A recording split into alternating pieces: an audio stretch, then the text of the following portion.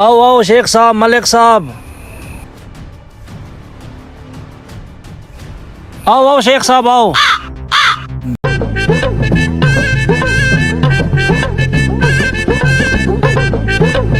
चलो शेख साहब आप बैठो यहाँ।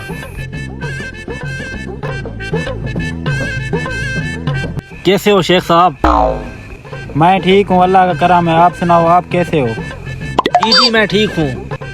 भाई इधर आए आप, हमारा खास मेहमान आए बैठे, आप जाएं आधा किलो साफ सुथरा गोश्त लेकर आए। भाई यूं गया और यूं आया। काफी टाइम हो गया, अभी तक मेरा भाई नहीं है। खैर है?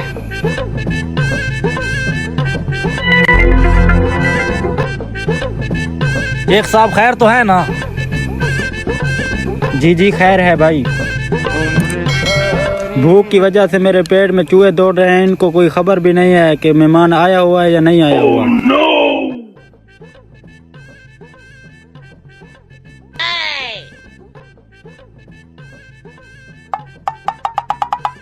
क्या हुआ भाई, आप खाली हाथ क्यों आए हो? भाई बात कुछ इस तरह की है।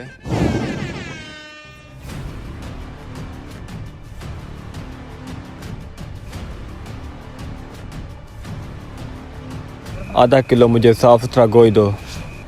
ऐसा गोश्त दूंगा मक्खन की तरह होगा, मक्खन की तरह बना दूं गोश्त। इससे बेहतर है मैं मक्खन ले लूं। नहीं नहीं मुझे नहीं चाहिए। ऐसे लोग टाइम ज़ाया करने के लिए आ जाते हैं, क्या हैरानगी की बात है यार।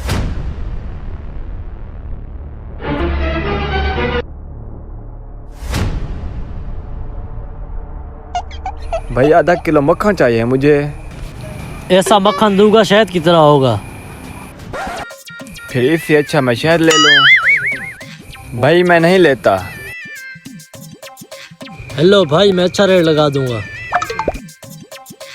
नहीं नहीं भाई मुझे नहीं चाहिए।